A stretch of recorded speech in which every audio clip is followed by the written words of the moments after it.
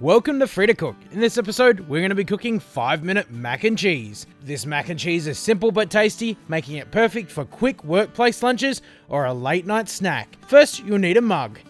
Add half a cup of macaroni, followed by half a cup of water. Place in the microwave and cook for 3 minutes. Depending on the strength of your microwave, it may only take 2.5 minutes. At this stage, the macaroni should be about 70% cooked. Next, season with salt. Half a tablespoon of paprika, then half a teaspoon of mustard powder. Follow this with a splash of milk. Mix the spices and macaroni into the milk. Now slowly add small amounts of half a cup of grated cheddar cheese. Mix it through bit by bit. Finally, season with pepper and mix it through. Place in the microwave and cook for a final 30 seconds. Give your mac and cheese a final mix before garnishing with some fresh chives.